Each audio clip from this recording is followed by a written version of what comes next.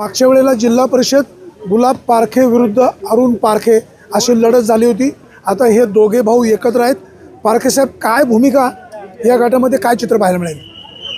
नमस्कार वाणी साहेब, आज निवडणुकीचा फॉर्म शेवटचा दिवस होता फॉर्म भरण्याचा। आमचे बंधू आणि माझे जिल्हा परिषद सदस्य सावरगाव कुसूर गटातील त्यांनी आज रितसर फॉर्म भरलेला आहे शिवसेना उभाटा गटाकडून। तर त्यांना मी प्रथमतः शुभेच्छा देतोच, परंतु मागच्या निवडणुकीच्या काळामध्ये वाणी साहेब तुम्ही माझी मुलाखत घेण्यासाठी आलात, परंतु निकालाच्याच दिवशी मुलाखत घेत असताना तुम्ही मला विचारलं 2 पारखे एकमेकाविरुद्ध लढलेत। त्यावेळेला मी सांगितलं होतं की 1 पारखी निवडून आल्याचं समाधान निश्चित माझ्या मनामध्ये आहे। त्यावेळेला तुमचंही समाधान झालं मुलाखत घेताना। आणि आज आदरणीय अतुल बेनके साहेब असतील, डॉक्टर अमोल कुल्ले खासदार साहेब असतील, तर त्यांनी विचारपूर्वक उभाटा गटाबरोबर जी आघाडी केलेली आहे त्या आघाडीच्या माध्यमातून आम्ही पूर्ण जे काही घड्याळाची कार्यकर्ते असतील किंवा तुतारीचे कार्यकर्ते असतील, पूर्ण ताकदीनिशी गुलाबशेठ पारखे यांच्या पाठीशी उभं राहून हा जो विजय आहे तो निश्चित आम्ही खेचून आणल्याशिवाय राहणार नाही अशी मला निश्चित खात्री आहे। समोर आशाताई बुचके, संतोष चव्हाण यांचं तगडं आव्हान आहे।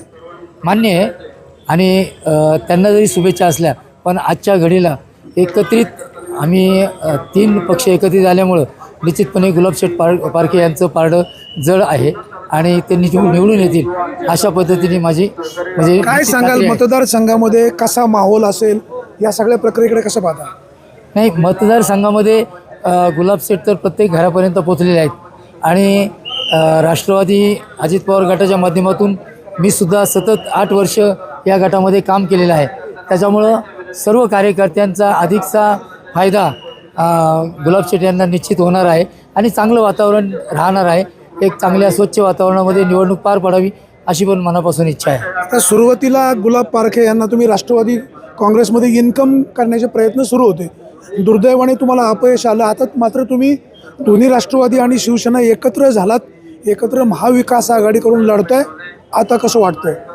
नाही, जी प्रक्रिया आहे इनकमिंग आणि ती जी प्रक्रिया झाली, परंतु त्यांचा योगायोग होता की जरी राष्ट्रवादीमध्ये त्यांचा प्रवेश झाला नसला तरी राष्ट्रवादीच्या पाठिंब्याने आज त्यांची उमेदवारी निश्चित झालेली आहे आणि म्हणून एक तगडं आव्हान बाकीच्या उमेदवारांसमोर निश्चित आहे।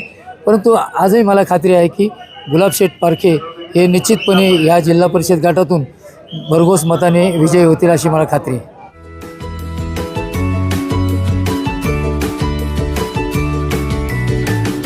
बातम्या शेतीच्या,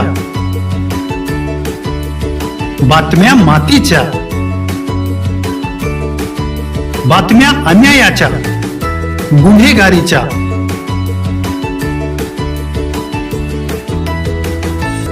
राजकारणाच्या आणि समाजकारणाच्या, शोषणाविरुद्ध बुलंद आवाज, जनसामान्यांच्या हुंकाराची गाज, सत्कार्याला प्रोत्साहन,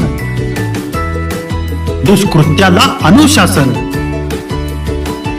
निर्भीड, निस्पृह, सडेतोड, बेधडक आणि रोखटोक म्हणजेच विघ्नहर टाइम्स। शोध बातमीचा, ध्यास सत्याचा, आपलं चॅनल, आपली बातमी।